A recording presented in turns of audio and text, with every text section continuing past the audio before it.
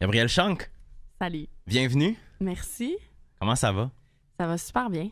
L'album, L'album, il va sortir enfin. finalement, Ouais, 29 septembre. ouais, j'ai vraiment hâte. Ça a été long. Oui, ça a été long. Pour des bonnes raisons, je pense. Dans l'histoire qu'on lit, tu sais, sur Gabrielle Schank, il y a comme Ouais. j'ai fait l'album, Mhm. je l'ai proposé à des gens, Ouais. les gens ont fait nah, pas trop. Puis à un moment donné, Habit est sorti, Ouais. le vidéoclip de Dragos Chiriac, Mhm. puis là, boum. En gros, il y a presque 3 ans, j'ai eu l'idée de faire un EP, finalement qui s'est transformé en projet d'album.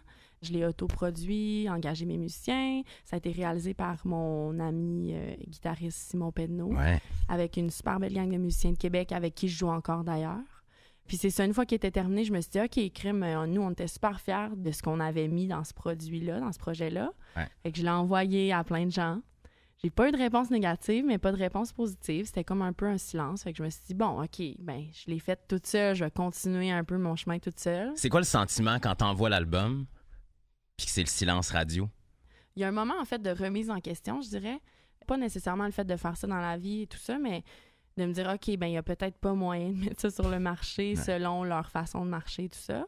Puis après ça, je me suis dit, ben là, OK, non, de la chenoute, moi, j'ai fait ça pour ces raisons-là, puis ça venait d'une place qui était vraie. Fait que je me suis dit, je vais juste continuer à faire comme je pense, puis peut-être que ça va donner quelque chose en bout de ligne ou ça donnera rien.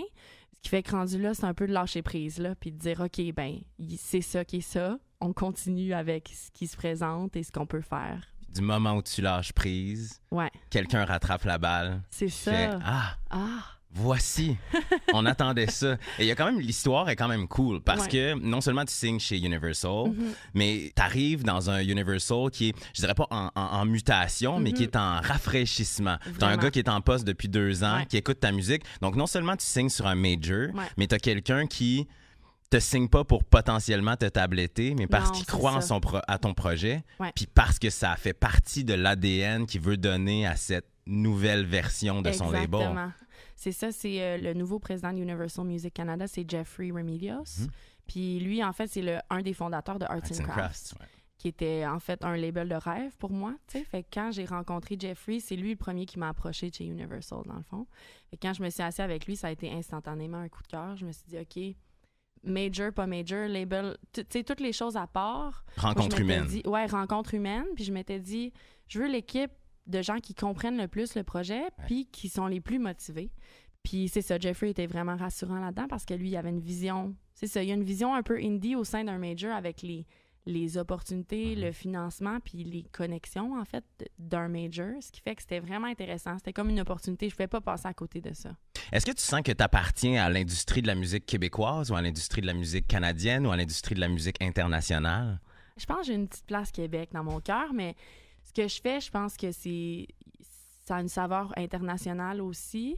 J'ai pas envie que ce soit étampé Canada, Québec ou quoi que ce soit. Le but, c'est comme, si nous, ça nous fait vibrer, je me dis, ben ça va peut-être aller chercher quelqu'un d'autre. Ça, c'est le concept de base. Ouais, c'est le Écrire concept quelque de chose base. qui nous touche pour aller Ouais. toucher les autres puis rayonner. Dans quelque Ouais. chose de personnel, il y a tout le temps quelque chose d'universel. C'est quoi l'ambition avec cet album-là? Parce que l'album, c'est comme un premier milestone, normalement, surtout le premier. Ouais. C'est comme une carte de visite vers quelque chose. Il y en a Ouais. qui vont dire c'est en vendre beaucoup, il y en a qui vont dire c'est aller ailleurs, il y en a qui vont dire c'est juste m'exprimer en tant qu'artiste. Pour toi, c'est quoi la endgame dans tout ça? J'ai comme une envie de longévité dans tout ça. Tu sais, j'ai pas envie que ce soit un feu de paille. C'est sûr qu'encore une fois, j'ai pas le contrôle là-dessus, mais j'ai envie de bâtir quelque chose sur des bases solides. Tu sais, c'est comme une échelle à monter, là. Ouais. Tu sais, c'est étape par étape, puis je le vois comme ça aussi. Puis déjà, j'ai beaucoup de chance parce qu'il y a des étapes qui ont été super vite. J'ai juste hâte de voir comment ça va être reçu. Pour l'instant, on a plein de spectacles partout au Québec. On va en avoir probablement dans le Canada anglais. Si on peut sortir du Canada, ce serait génial. Fait que je croise les doigts pour ça. Tu as commencé à écrire des chansons à 14 ans. Ouais. T'en as 29. Plus Ouais. de la moitié de ta vie, donc, à écrire de la musique. Ouais. Ça sort tout juste. Est-ce que dans ta vie, ça a toujours été clair que c'est là que ça allait finir? C'est-à-dire, toi, de la musique, une carrière? Je pense que oui. Tu sais, avec du recul, je veux dire, je chante depuis que je parle.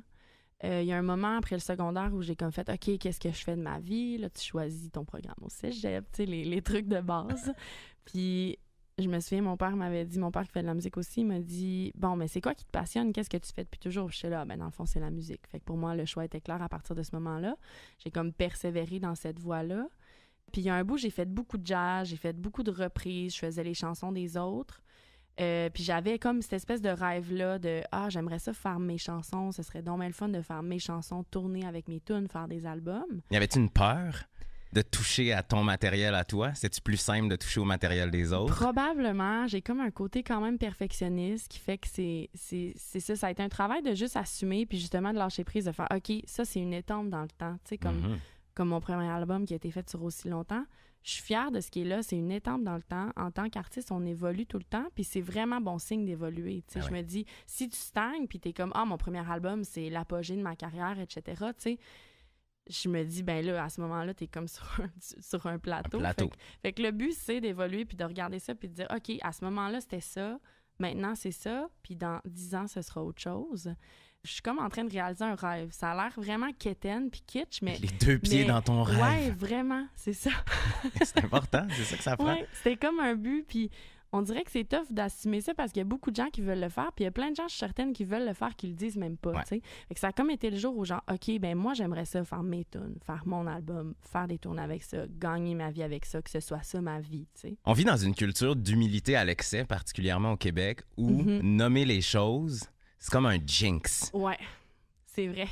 Sauf que j'ai l'impression qu'avec les artistes de cette nouvelle génération, là, je pense à toi, je pense à Charlotte Cardin, à Amata Lubowski et tous les autres, j'ai l'impression que nommer les choses, ça fait que les choses se passent. Vraiment.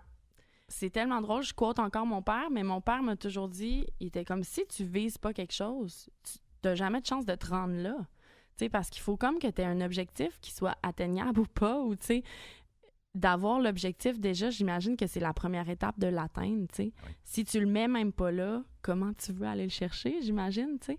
Puis je pense pas que c'est pas humble d'avoir des ambitions, puis de vouloir, puis je pense que les gens aussi sont gênés de pas se rendre là, de l'avoir dit de pas se rendre, puis que ça soit vu comme un échec, tu sais. Ouais.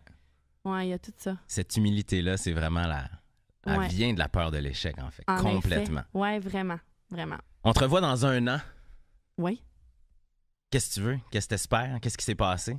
J'aimerais ça avoir plein de nouvelles chansons. Travailler déjà sur un 2e album ou qu'il soit complété ou je sais pas. En tout cas, sûrement qu'il sera pas fini, mais je veux dire au moins avoir des tunes, plein de tunes pour un nouvel album. C'est juste d'avoir du plaisir. Tu sais, il y a eu beaucoup d'étapes de magasinage dans mon magasinage de l'industrie, disons, qui a été vraiment nécessaire et payant. Puis là, je pense que je suis rendue où j'ai envie de faire la musique, tu sais, de me remettre justement à créer, faire des shows, me promener avec ça, puis d'avoir du plaisir. Avoir 29 ans, sortir un premier album, commencer virtuellement la vraie carrière, c'est un avantage ou un désavantage à ton sens? Pour moi, dans ma vie, par rapport à mon parcours, c'est vraiment un avantage. Je pense pas que j'aurais été assez solide, peut-être, ou tu sais, j'ai comme vécu plein de choses. T'sais, c'est ça, il y a une partie de toi qui regarde et se dit hey, ça a été long, mais en même temps, je suis rendue où je suis rendue, puis il s'est passé tellement de choses qui font en sorte que je suis la personne que je suis aujourd'hui, puis que j'ai l'impression que je suis comme prête pour ça. Je sais pas si j'aurais été prête avant. J'ai l'impression que j'ai plus de colonnes, j'ai plus les nerfs solides pour comme accueillir ce qui s'en vient, puis vraiment être capable de le vivre puis de l'apprécier. Pour moi, en tout cas, avec mon parcours, c'est certain que c'est un avantage. Avantage. 29 septembre, 29 ans, Gabrielle Chang. C'est un album homonyme? Oui, exact. Éponyme. On dit éponyme. On dit homonyme. Homonyme. Ouais, j'ai appris ça l'autre fois. Ah, ouais. Okay. Éponyme, c'est comme une fausse truc qu'on a appris à dire à cause de Musique Plus. OK, bon. Ben, homonyme, oui. Gabrielle Chang. Gabrielle Chang, 29 septembre. Ça a été un plaisir. Merci.